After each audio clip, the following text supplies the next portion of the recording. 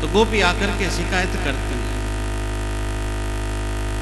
हमारे बच्चों को रुला जाता है, जहां नहीं मिलता वहां द्रव्य अलावे च ग्रह कुपितो अपवित्र कर जाता है। जिस घर में कुछ नहीं मिलता, अपने घर में अपने लिए कुछ रखो या न रखो, लेकिन ठाकुर जी के लिए कुछ ना कुछ सदैव रखो।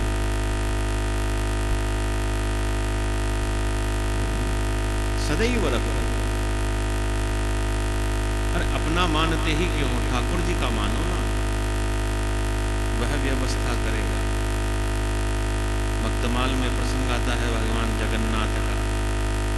एक भक्त था बेचारा,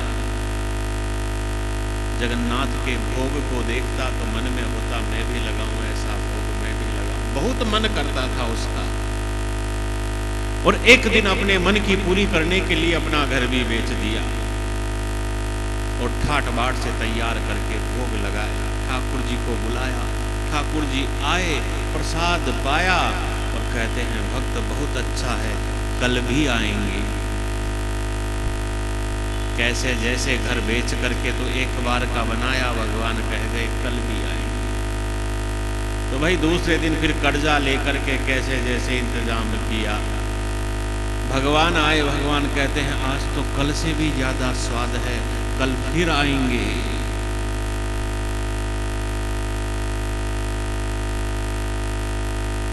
भक्त ने पांव पकड़ लिए, भगवान जो कुछ था सब कुछ गया, कैसे बनाऊंगा, नहीं सब व्यवस्था हो जाएगी, तू तो ऐसे ही तैयारी करना, रसोई बना करके मैं कल फिर आऊंगा। कहते हैं रात्रि में भगवान जगन्नाथ ने और वहां का जो राजा है उसको स्वप्न में जाकर के कहा, वह मेरा भक्त बड़ा अच्छे भाव से भोग बना करके भोग लगाता है, लेकिन निर्धन है, सामग्री की व्यवस्था करो। प्रातः काल होते ही राजा ने सारी सामग्री भिजवाई और वह बनता है। और आज भी वह परंपरा वहां बताते हैं कि उस परिवार में, और वहां से राज परिवार से आता है, चलता है।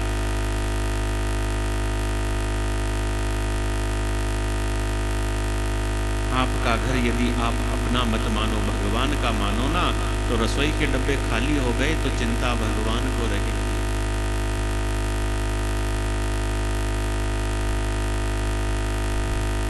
हमारी चिंता करने से कुछ नहीं, उसको संभला दो, वह चिंता करेगा तो वही डब्बे खाली नहीं होंगे, भरे हुए ही रहेंगे।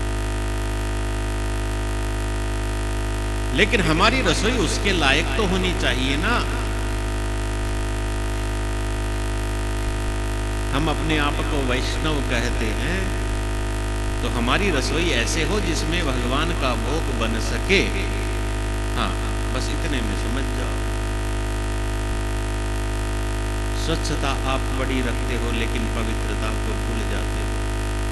पवित्रता रखो, भगवान अवश्य आपकी रसोई में प्रसाद पाएंगे।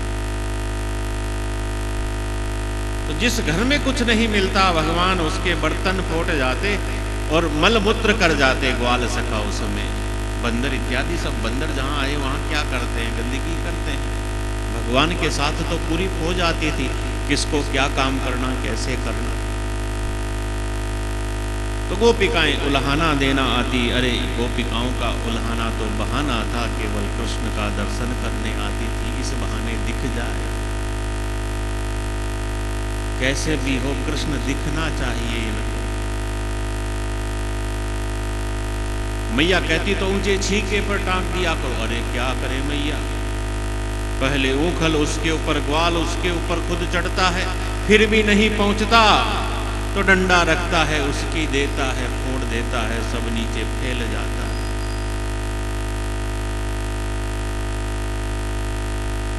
अच्छा तो अंधेरे में रख दिया करो। अरे अंधेरे में कृष्ण जहां जाता है वहां अंधेरा रहता ही नहीं। तुम इतने मणि मोती माणिक के इसको पहनाती हो, इन रत्नों की चमक से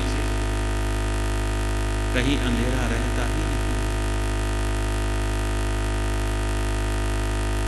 अंत में मैया यशोदा कहती तो गोपिकाओं माखन ही तो खाया है, ले जाओ, अरे मैया बात माखन की नहीं है, तुम्हारो लाला हमारो लाला, कितनों को माखन खावे वो, लेकिन खाता नहीं है, फैला देता है।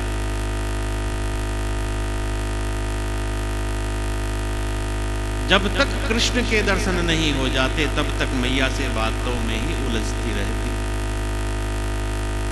कृष्ण भी जानते थे क्यों आई है गोपिकाएं, इसलिए कृष्ण कृपा करते इधर उधर आते जाते दिख जाते, गोपिकाएं धन्य हो जाती, पुनः आ जाती अपने घर में। सायंकाल काम काज करना रहता, दूसरे दिन प्रातः काल का फिर करती, कृष्ण का इंतजार करती, नहीं आता तो फिर नंद भवन में पहुंच जाती, फिर मैया से शिकायत करती।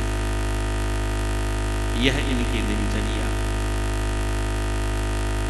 और भगवान का माखन देखो, माखन होता है प्रातः काल होता है, फिर दिन में तो तापमान जब बढ़ जाता है तो माखन पिघल जाता है, घी बन जाता है। माखन ताजा होता है, ताजा, बिल्कुल ताजा। गर्मी में यदि आप बाद में थोड़ा लेट हो जाओ ना, सूर्योदय का भी समय हो जाए तो माखन, आजकल तो साधन हो गए, बर्फ मिल जाती है, उससे ठंडा कर लो, दोपहर में कर लो, शाम को कर लो।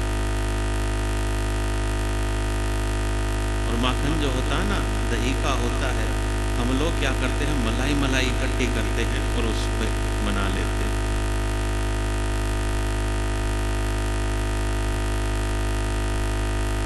गैया आप रखते नहीं, माखन कहाँ से हो। अब तो जो मिले वही भोग लगाओ। तो भैया उसके लिए भी कहा है कि माखन नहीं मिले तो वही रबड़ी भोग लगाओ। घर का माखन नहीं है तो घर में फिर रबड़ी बनाओ। यदि दूध बाजार का भी लाए हो ना तो अच्छी तरह ओटा करके उसको शुद्ध कर लो, रबड़ी बना करके भोग लगाओ। वृंदावन में दो ही है, या तो माखन है या रबड़ी है, या तो मक्खन है, लस्सी है, या रबड़ी है और पेड़ा है, इनके अतिरिक्त और कुछ नहीं।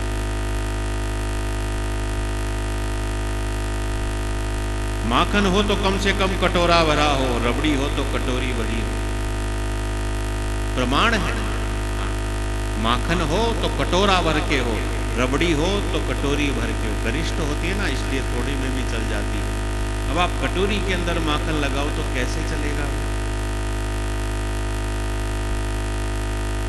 56 भोग खाने वाला इतनी सी कटोरी से।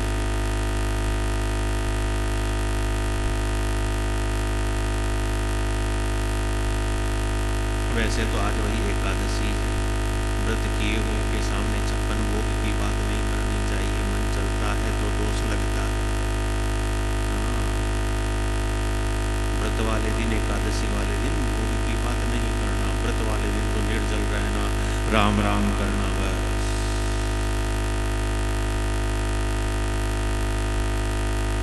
तो गोपिकाएं उल्हाना देने के लिए आती है, मैया उल्हाना सुनती है लेकिन कृष्ण को कुछ नहीं करती। मैया भी जानती है कि गोपिकाएं क्यों आई।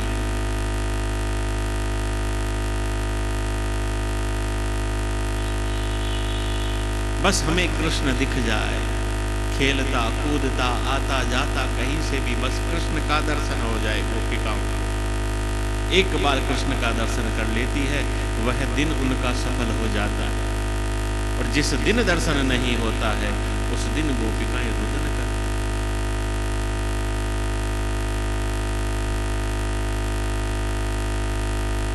कृष्ण का दर्शन इनका जीवन है। इत्थं स्त्रीभिः सभय नयन है श्री मुखालोकनी भी।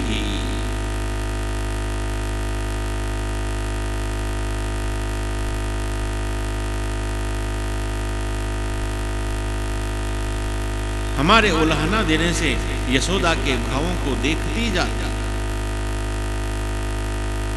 मैया को क्रोध तो नहीं आ रहा है, लाला को डांटेगी तो नहीं, इतना ध्यान रहता इनको। हमारे उलाहना देने से, हमारे शिकायत करने से मैया के चेहरे के भाव कैसे बदल रहे। क्रोध मैया को आने लगता, गोपिकाएं हंस जाती, तो मैया का आने वाला जो क्रोध है वो वापस भग जाता। श्रीमुख है लोकिनी भी, अरे यह उलाहना देने थोड़ी आती थी, श्रीमुख का दर्शन करने आती। और दर्शन मिल गया, वह दिन इनका धन्य हो गया। विद्वान लोग यही कहते हैं, वही दिन सफल है, वही दिन धन्य है। जिस दिन हमने कुछ भजन किया, जिस दिन भजन नहीं हुआ, तम दिनम दुर्दिनम मन्ने हैं, वह दिन हमारा नहीं, व्यर्थ मानो उसको।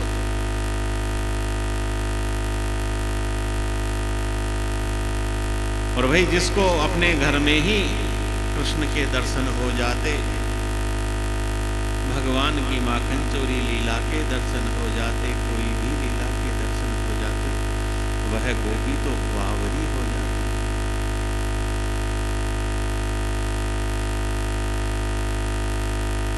आज मेरे घर में नंदलाल आ गए, इस भाव से वह बड़ी बावरी हो जाती, पागल सी हो जाती। अपने इन्हीं भावों को वह फिर गाती।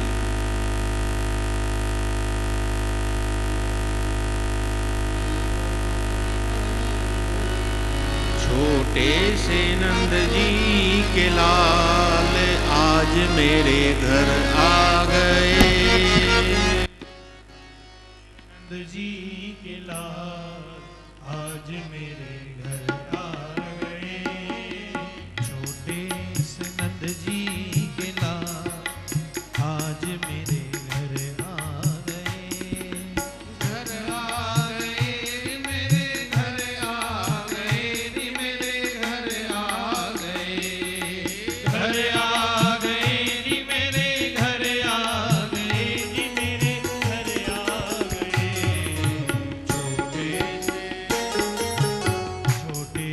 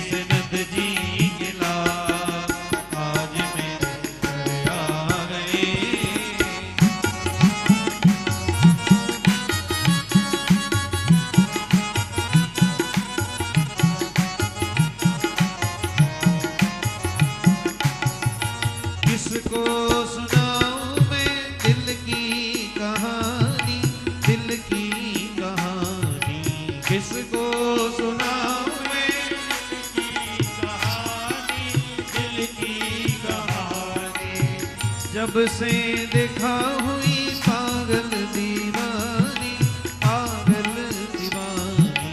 जब से देखा हुई पागल दीवानी, पागल दीवानी। हो गई मैं, हो गई मैं, हो गई मैं हालों में हाल, आज मेरे घर आ गए। हो गई मैं हालों में हाल, आज मेरे घर आ गए। तेज नंद जी के लाल, आज मेरे घर आ गए। तेज नंद जी के लाल, आज मेरे घर आ गए। घर आ गए, मेरे घर आ गए। मूली भक्त वत्सल भगवान की। ब्रजमंडल के अंदर भगवान ने अपनी माखन चोरी लीला का सबको आनंद दिया, और भगवान के माखन चुराने से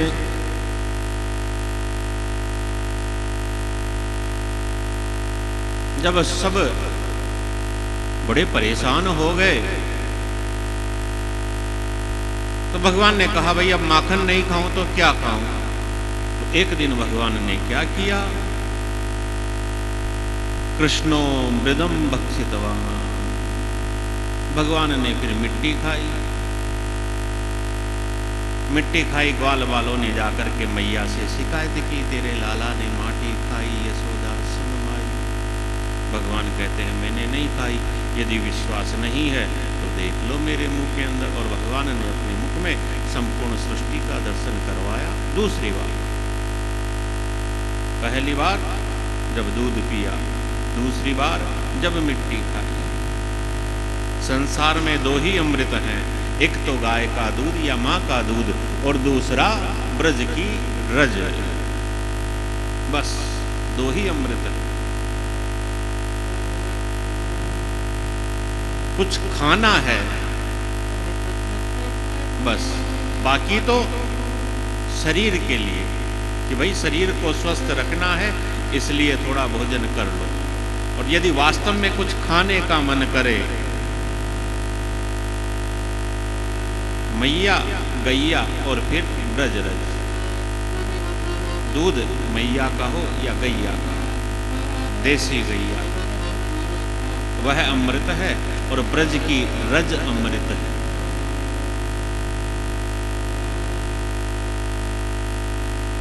भगवान ने सारा ब्रह्मांड दिखाया यशोदा। भगवान ने अपनी वैष्णवी माया फिर से मैया के ऊपर डाल दी। मैया सब कुछ भूल गई। परीक्षित जी महाराज ने पूछा, जन्म देने वाले माता पिता को यह आनंद नहीं मिला, नंद यशोदा को क्यों मिला? तो बताया वही पूर्व जन्म में इन्होंने तपस्या करके भगवान से इन बाल लीलाओं का आनंद मांगा। यह वसु थे, तब उन्होंने तपस्या की थी और भगवान से यही वरदान मांगा था, इसलिए भगवान इन्हें यह आनंद देते हैं। अरे संपूर्ण ब्रजमंडल ही दिव्य धाम गोलोक की भूमि है। इसमें तो भगवान ने केवल आनंद बांटा है, प्रेम बांटा है। और किस किस प्रकार से बांटा है?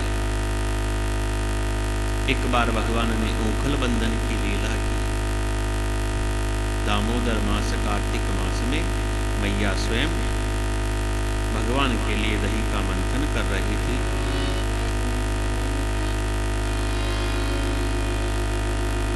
रेशमी वस्त्र पहन करके, और रेशमी वस्त्र यानी पवित्रता से। रेशमी वस्त्र को पवित्र माना है। पूजा पाठ में रेशमी या ऊनी वस्त्र ही पहने जाते हैं। सूती वस्त्र हो तो धोया हुआ हो, जिसके कोई स्पर्श न किया हो, खुद भी हाथ लगाए तो नहाने के बाद में ही स्पर्श करे। अब तो हमारे घर घर ही नहीं रहे, अब तो फ्लैट हो गए भैया। वस्त्र सुखाने के लिए भी जगह नहीं रहती, तो सूखे हुए वस्त्र जिनको कोई स्पर्श नहीं करे कहाँ मिलेंगे?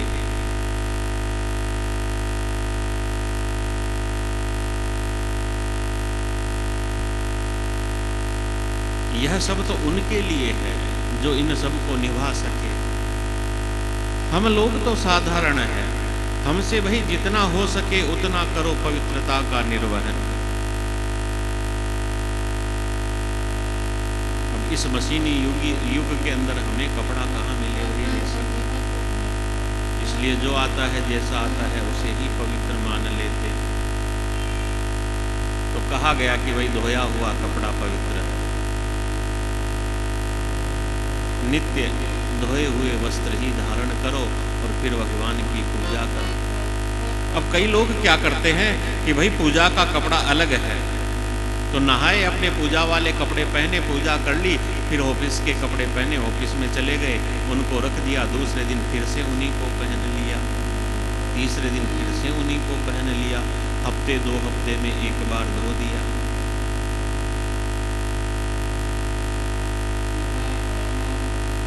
जल की कमी हो तो भी चले, समय की कमी हो तो भी माने। यदि सारी संपन्नता है, सब सुविधाएं हैं, तो ऐसा क्यों?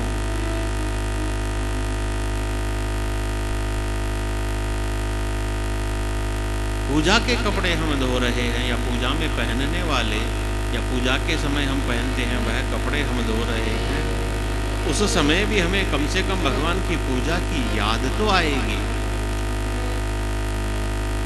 रोज की रोज यह क्यों करना है भाई? यह क्रम हमें याद रहे, इस सेवा से हम जुड़े रहे, अधिक से अधिक समय हम जुड़े रहे, इसलिए इन कर्मों का इतना विस्तार है। पूजा के जो पार्षद होते हैं, बर्तन होते हैं, अलग अलग होते हैं, इसमें स्नान कराना, इसमें यह करना, इसमें यह करना, इसमें यह करना, इसमें यह करना, इतने सारे क्यों? एक में ही कर लो भाई। जिसमें स्नान कराया फिर ठाकुर जी को तो उठा करके विराज दो, तो चरणामत का भी वही हो गया पात्र, दूसरे में डालना ही नहीं पड़ेगा।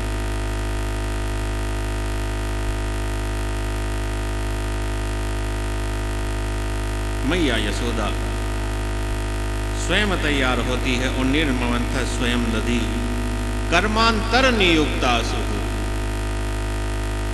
अन्य सेविकाओं को, दासियों को अन्य कामों के अंदर नियुक्त कर दिया, कृष्ण के लिए माखन स्वयं दही मत करके और निकालती है।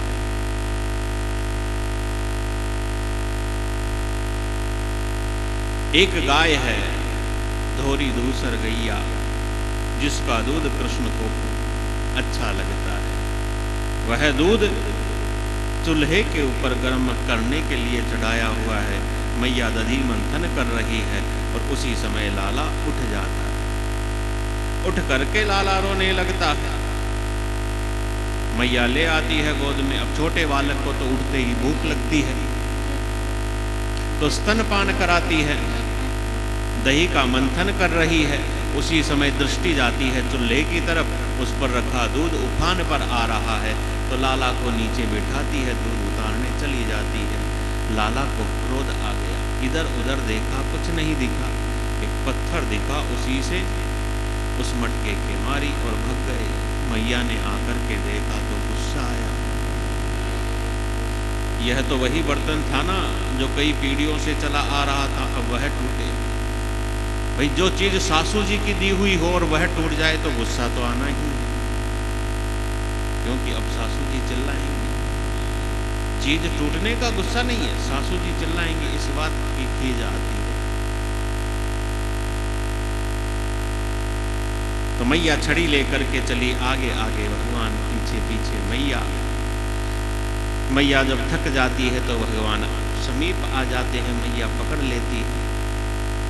अब डंडे की तो क्या मारे, बांधने का प्रयत्न करती है, रस्सी लाती है, बांधती है, नहीं बंधते, 2 अंगुल छोटी। अरे घर की सारी रस्सियां जोड़ ली तो भी 2 अंगुल छोटी। मैं बांधूंगी कृष्ण को, बस यही अभिमान जब तक है तब तक भगवान बंधन में नहीं आते। अंत में हार करके मैया कहती है लाला तू ही बंध जा, तो कृष्ण बंध जाते। जीव में जब तक यह भाव रहता है कि मैं बांधूंगा, तब तक नहीं भगवान बंधते। अहंकार का त्याग कर दो, क्योंकि प्रेम गली अति सांकरी, तामे दो न समार। भगवान बंद गए, मैया अपने काम में लग गई। भगवान को आज एक लीला करनी थी। नंद भवन के द्वार में 2 वृक्ष खड़े हैं अर्जुन के। भगवान उखल को टेढ़ा करते हैं, खींचते खींचते ले जाते हैं। स्वयं तो दोनों पेड़ों के बीच में से निकल गए, लेकिन वह उखल अटक गया। भगवान ने थोड़ा सा धक्का दिया और बड़ा भयंकर शब्द करते हुए दोनों वृक्ष धराम से गिरे। 2 दिव्य पुरुष प्रकट हुए और भगवान की स्तुति करते हैं। बड़ी सुंदर इन्होंने स्तुति भगवान की है। और स्तुति करते हुए अंत में कहते हैं, प्रभु हमारी आंखें यदि देखे, सर्वत्र आपको ही देखे, आपका ही दर्शन करें, संतों का दर्शन करें, क्योंकि संत आपके मंदिर है, आप संतों के हृदय में रहते हैं। हमारी वाणी सदैव आपका गुणगान करे, हमारे कान सदैव आपकी कथा सुने, हमारे हाथ सदैव आपकी सेवा करें, हमारा मन सदैव आपके चरणों में रहे।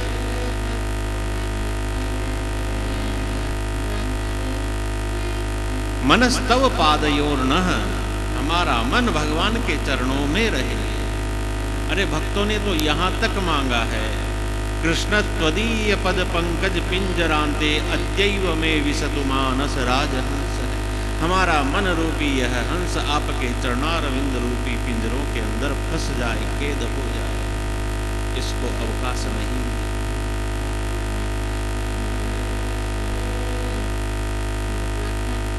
सुखदेव जी महाराज ने इन दोनों देव पुरुषों के पूर्व जन्म का प्रसंग बताया। पूर्व योनि का धनाध्यक्ष के पुत्र हैं, इसलिए अभिमानी तो होने ही थे। ठूंठ की जैसे खड़े थे नारद जी को देख करके। इनको लज्जा नहीं आई तो नारद जी ने शाप दे दिया। नंद भवन के द्वार में आकर के वृक्ष बन गए। आज कृष्ण की कृपा से इनका उद्धार हुआ है।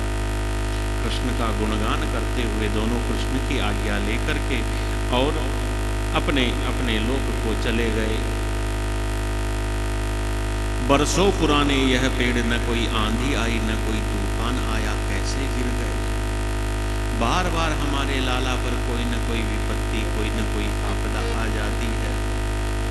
ऐसा लगता है यह स्थान ठीक नहीं है। तो सभी गोपों ने मिलकर के मीटिंग की। उपनंद नाम के गोप हैं, उन्होंने सुझाव दिया हमें वृंदावन चलना चाहिए। समीप ही वृंदावन है, उस वृंदावन में सब कुछ है, सब सुविधा है, हमारे गोधन के लिए भी सुविधा है। कृष्ण की रक्षा के लिए सब एक मत है, कोई विपक्ष नहीं है। यहाँ पर अपने बच्चों की सुरक्षा के लिए सब चले गोकुल से और आकर के इधर वृंदावन के समीप नंदगांव बसाया है। ब्रज में 3 पर्वत बताते हैं, एक तो गोवर्धन का जो प्रसिद्ध है, एक बरसाने का, एक नंदगांव। और यह तीनों त्रिदेवों के स्वरूप हैं, ब्रह्मा विष्णु और महेश।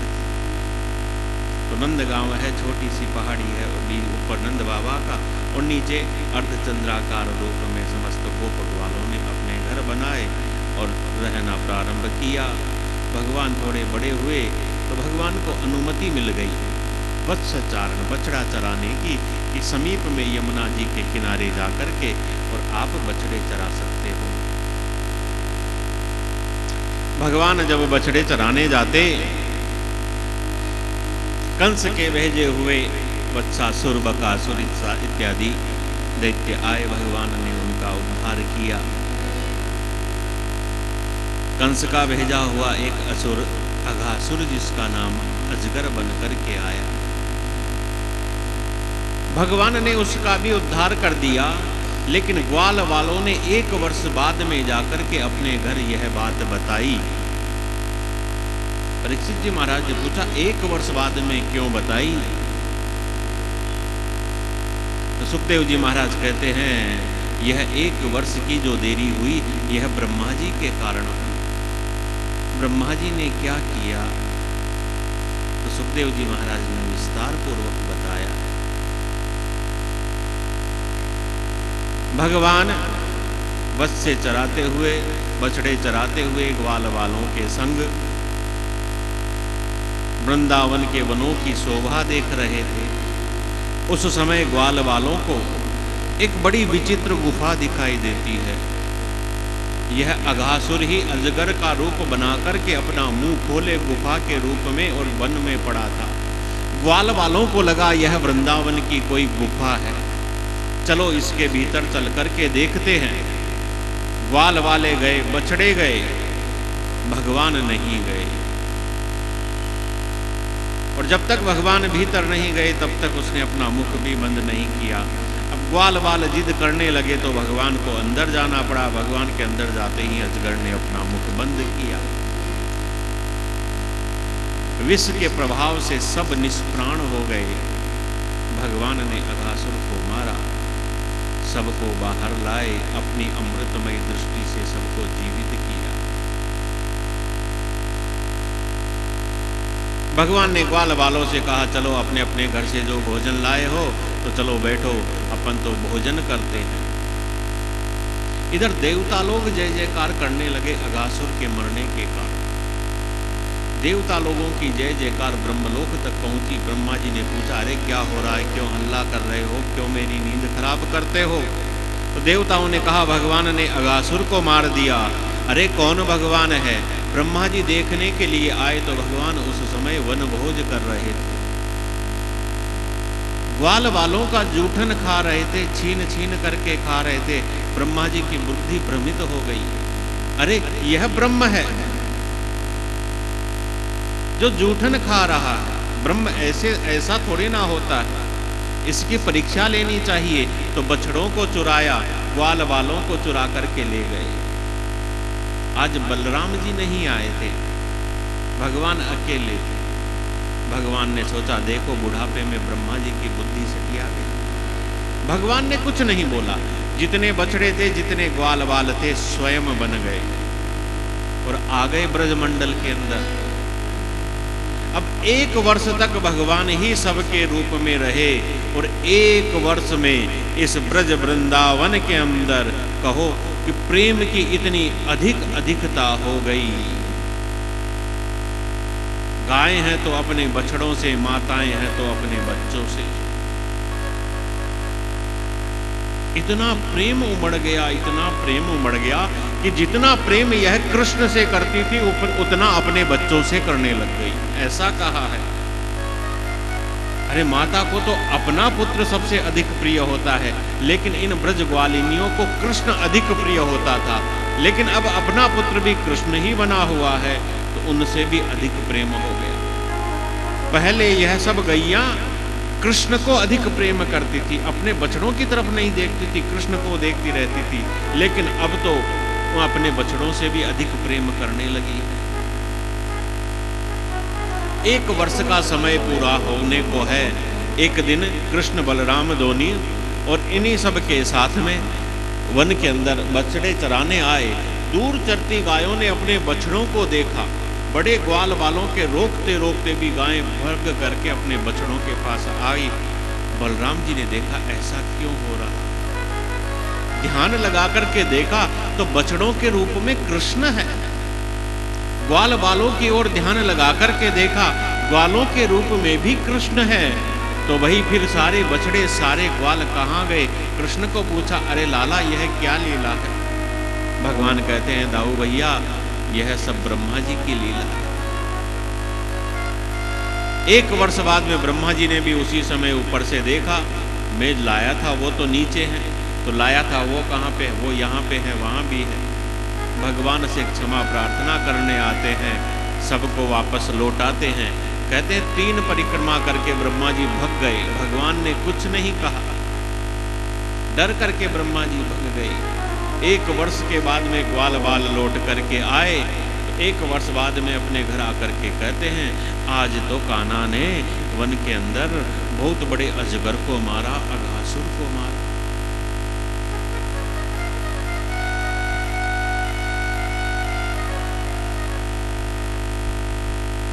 भगवान 5 वर्ष के हुए, भगवान जिद करने लगे, मैया अब तो मैं गैया चराने जाऊं, तुम पूछ लो, बाबा से पूछ लो। बाबा से पूछा, बाबा ने बलराम जी को बुलाया, कहा देख बलराम, तू बड़ा है, तुझे ध्यान रखना पड़ेगा। तू यदि कहता है तो कृष्ण को तेरे साथ गैया चराने हम भेज देते।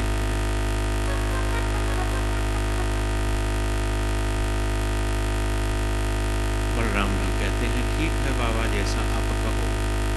तो वही सुंदर मुहूर्त हुआ गोपाष्टमी का। कार्तिक मास में शुक्ल पक्ष में अष्टमी तिथि को गोपाष्टमी होती है। सुंदर मुहूर्त यह निकला और इस मुहूर्त के दिन गौ का पूजन करवाया। विधिवत भगवान का गौचारण प्रारंभ हुआ। मैया ने कहा, लाला यमुना किनारे जाता था, यमुना किनारे तो किनारे की मिट्टी होती है, ब्रजरज होती है, वहां कंकड़ भी नहीं, कांटे भी नहीं, लेकिन गैया चराने तुझे वन में जाना पड़ेगा और वन में कंकड़ भी होते हैं, कांटे भी होते हैं। तो पाँव में जूते पहन के जा। भगवान कहते हैं, पहले मेरी गैया मैया को जूते पहनाओ तब मैं पहनूं। अब गैया मैया को जूते कैसे पहनाए जाए? कृष्ण की जिद के आगे मैया को झुकना पड़ा। जा लाला, तू ऐसे ही जाना चाहता है तो ऐसे ही जा। गोचारण लीला भगवान की प्रारंभ हुई और गोचारण लीला के साथ साथ भगवान की महारास की लीला का भी प्रारंभ होता है। यह तैयारी यहीं से प्रारंभ होती है, क्योंकि जब गाय चराने गए तब भगवान ने वन के अंदर एक बांस की टहनी तोड़ी, उसके छेद किए और उसकी बांसुरी बनाई और भगवान अपनी बांसुरी बजाने लगे। इस बांसुरी की धुन को सुन सुन करके गोपिकाओं का चित्त कृष्ण के प्रति गमन करता था। कहते हैं, कुछ भी काम करती रहो, लेकिन यदि उसी समय कृष्ण की बंसी की धुनी इन्हें सुनाई दे जाती थी, बेसुध सी हो जाती थी।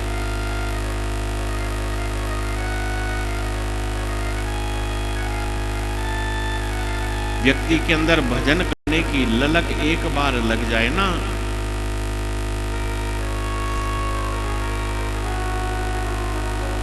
एक बार आप अपनी उपस्थिति दर्ज करवा दो भगवान के सम्मुख पूर्ण शरणागत होकर के, तो फिर भगवान का कर्तव्य है, वह आपको अपनी याद दिलाएगा, वह आपको स्मरण कराता रहेगा।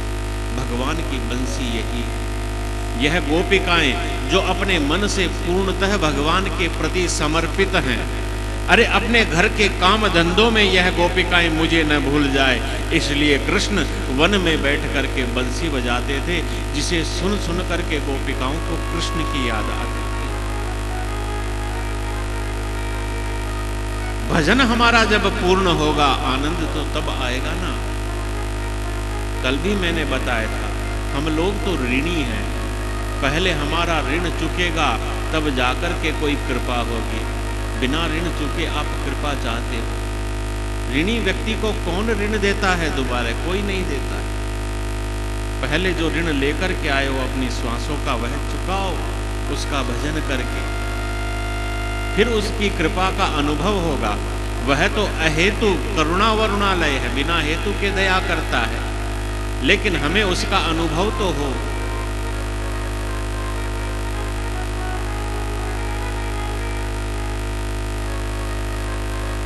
कंस बार बार भगवान के खेलने के लिए खिलौने भेजता है और भगवान उनका उद्धार करते जाते। धेनुकासुर का उद्धार करके ताल वन को इसके आतंक से मुक्त करवाया तो ब्रज ग्वाल बालों को ताल वन के फल खाने को मिले। इसी प्रकार से ब्रज के अंदर एक विघ्न स्वरूप कालिय नाग भी रहता था। गरुड़ जी के भय से यहाँ आकर के रहता था, क्योंकि गरुड़ जी यहाँ आ नहीं सकते थे सोबरी ऋषि के शाप के कारण। कालिय नाग के जहर के प्रभाव से यमुना जी दूषित हुई, जल जहरीला हुआ, कुछ गायों ने पिया मर गई। भगवान को क्रोध आया, छलांग लगा दी। नाग पत्नियों ने रोका,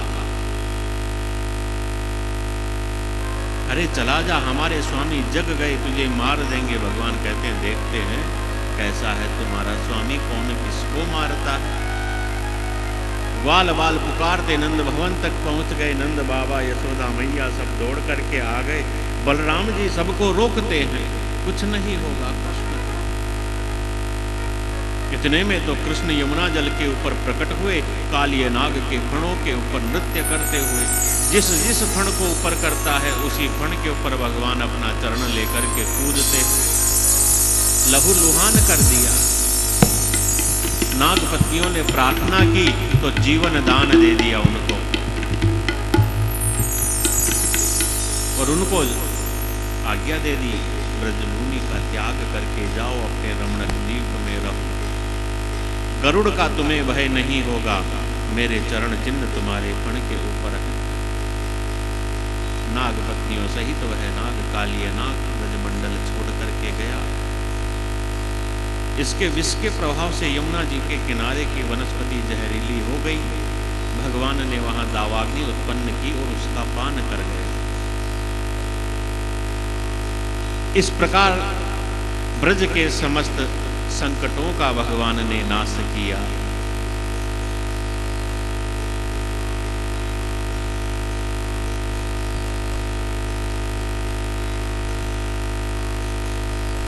एक बार तो यहाँ दावानल पिया है और एक बार मुंजाटवी के वनों के अंदर जहाँ गायें फंस गई थी, भगवान ने वहाँ भी और दावानल का पान किया है। दो जगह भगवान की यह लीला हुई है। प्रलंबासुर का भगवान ने उद्धार किया, जो सखा बन करके ग्वाल बन करके आया था ग्वाल के वेश में। उसने विचार किया कि इनका हरण करके मैं ले जाता हूँ, कृष्ण का हरण करके मैं ले जाऊँ। तो ग्वाल बन करके आया, इनके खेल में सम्मिलित हो गया। इनका आज कोई खेल था, उस खेल में शर्त थी कि जो जीत गया वह हारने वाले को अपनी पीठ के ऊपर बैठा करके यहाँ से वहां तक लेकर के जाएगा। तो पहले तो सोचता है कि कृष्ण को ले जाऊं, फिर सोचा कृष्ण को रहने दो, बलराम जी को ले जाऊंगा। इसलिए कृष्ण के दल में सम्मिलित हो गया। कृष्ण का दल हारा तो बलराम जी को इसने असुर ने अपने पीठ पर बिठा करके भगने लगा। भगते भगते अपने असली रूप में जब आया तो बलराम जी ने पहचाना, एक मुष्टि का प्रहार किया और इसका उद्धार कर दिया। वृंदावन के अंदर सदैव वसंत रहता है, चाहे कोई भी महीना हो। 12 महीने यहाँ वसंत ही रहता है, लेकिन फिर भी वर्षा ऋतु और शरद ऋतु का यहाँ पर बड़ा सुंदर वर्णन किया गया। वर्षा ऋतु में जल की अधिकता होती है और शरद ऋतु में प्रकृति की सुंदरता होती है। बड़ा सुंदर इनका वर्णन है और ब्रजवासियों की दिनचर्या का यहाँ पर वर्णन किया गया। किस प्रकार से ब्रजवासी लोग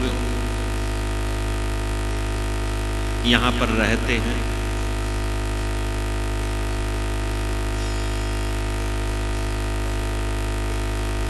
गोपिकाएं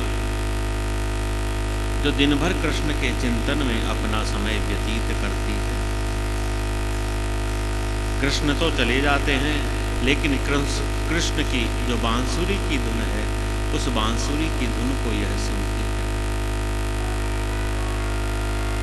ऐसी मधुर ध्वनि वाली यह बांसुरी कृष्ण तुम कहां से लेकर के आए हो।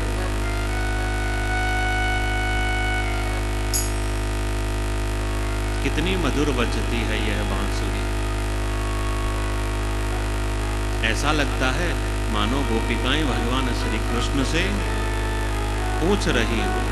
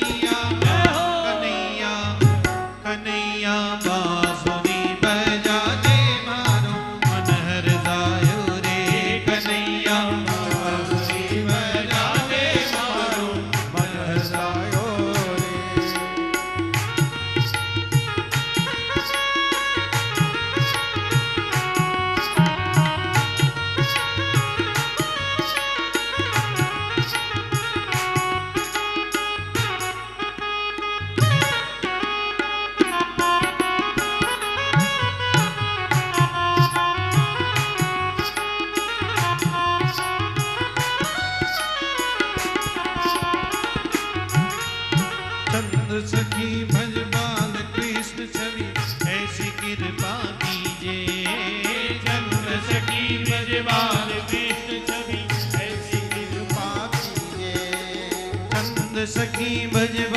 कृष्ण छवि ऐसी कृपा कीजे। चंद्र सखी भजवाल कृष्ण छवि ऐसी कृपा कीजे। अपनी दासी बनाए श्याम मोहि चरणन में रख लीजे। अपनी दासी बनाए श्याम कन्हैया कन्हैया बांसुरी बजा दे मानो मन हर जायो रे कन्हैया बांसुरी बजा दे मारो मन हर्षा रे। मन हर जायो रे सावरा मन हर जायो रे मन हर्षायो रे सांवरा मन हर्षायो रे। कन्हैया जय हो कन्हैया जय हो कन्हैया बांसुरी बजा दे मानो मन हर जायो रे कन्हैया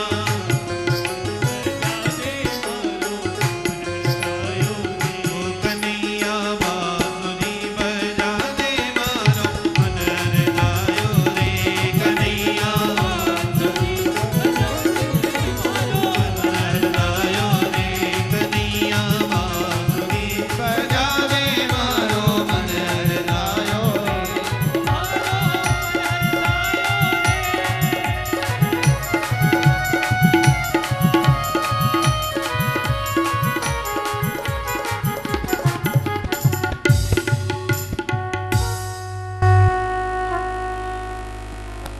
गोपिकाएं दिन भर बैठी बैठी भगवान के इस वंशी निनाद से संबंधित जो चिंतन करती वेणु गीत के माध्यम से वह बताया गया है। यह प्रथम गीत प्रारंभ होता है, 5 गीत हैं, 4 गीत गोपिकाओं के हैं और 5वां गीत महाराज खुर्रवा के द्वारा गाया हुआ है, जो एकादश स्कंद में आता है। बांसुरी से प्रारंभ हुआ यह प्रथम गीत कृष्ण के प्रति लगन को जगाने वाला है। प्रेम को जगाने वाला है।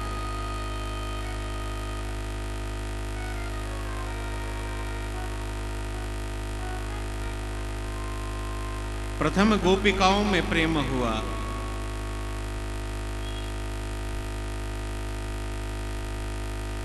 फिर गोपी गीत के माध्यम से कृष्ण की प्राप्ति हुई, तो तीसरे नंबर पर फिर आता है युगल गीत। इसमें दोनों है। फिर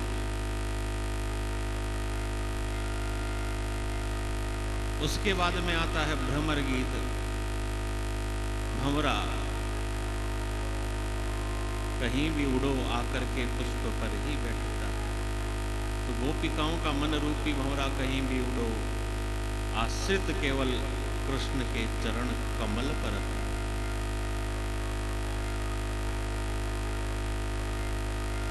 जैसे आकाश के अंदर तारों के मध्य चंद्रमा की शोभा है, पूर्णिमा के चंद्रमा की शोभा है, ऐसे ही सभी यदुवंशियों के मध्य में भगवान श्री कृष्ण की शोभा है। सभी ब्रजवासियों के मध्य में भगवान श्री कृष्ण की शोभा है। और गोपिकाओं को तो यह और अधिक प्रिय लगता है।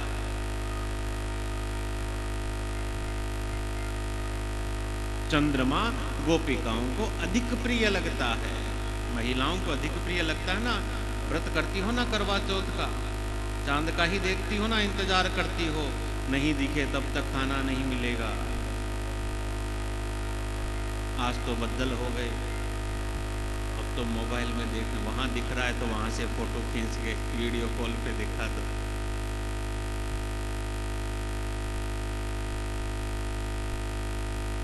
आकाश में जैसे चंद्रमा की शोभा, वैसे इन ब्रजवासियों के मध्य कृष्ण की शोभा है। तो यह कृष्ण रूपी चंद्रमा तो इन गोपिकाओं का सर्वस्व है। इसके दर्शन के बिना तो इनका कुछ नहीं होता। तो सुबह जब गौचारण के लिए जाते हैं, उस समय कृष्ण के उस दर्शन को अपने हृदय में बंद कर लेती है, दिन भर उसी का चिंतन करती है।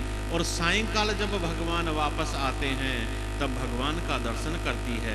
फिर प्रातः काल वाले सायंकाल वाले दर्शन को मिलाती है। प्रातः काल वाला दर्शन सायंकाल के दर्शन वाले के आगे फेल हो जाता है। यह भगवान है। हम लोग सुबह दर्शन तैयार होते हैं नहा धो करके, उस समय फोटो खींच लो और फिर सारे दिन काम करके शाम को आओ फिर फोटो खींचो और फिर मिला करके देखो कौन सी अच्छी रहेगी। हमारी सुबह वाली अच्छी रहेगी लेकिन भगवान की शाम वाली अच्छी आती। यहां वर्णन है, प्राविशद गीर्ति कीर्ति ही वृंदारण्यम स्वपद रमणम प्राविशद गीत कीर्ति। सुबह वाली का नहीं बताया, शाम को आते हैं उस सभी को श्रेष्ठ बताया है। क्योंकि सुबह तो मैया तैयार करके भेजती है और बच्चों को भी बड़ा जोर आता है, कौन तो जल्दी उठे, तो कैसे जैसे तो उठाओ, गर्दन पकड़ करके बाल बनाओ, तैयार करो, गले में टाई डालो, भेजो, पीछे बोझरा लटका करके जाओ। कई बार तो ऐसा होता है कि मैया तो बच्चे को नहला देला करके ड्रेस पहना करके तैयार कर देती है, तब तक बच्चे की आंख भी नहीं खुलती, नींद भी नहीं उठती है। हाँ, ऐसा होता है।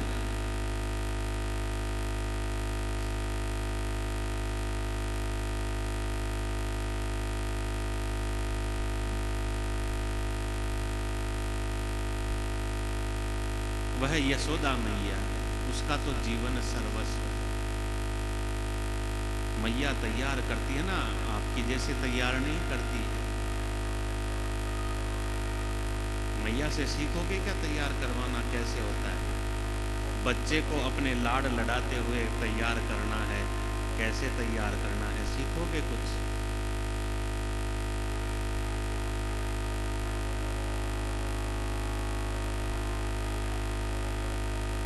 तो भाई मैया कैसे तैयार करती है सिखाएं हम भी आपको।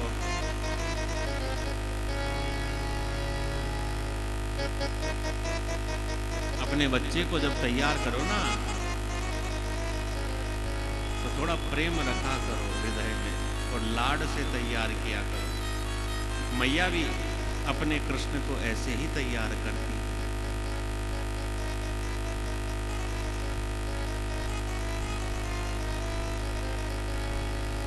मेरे गोविंद प्यारे तेरे मैं लाड लड़ा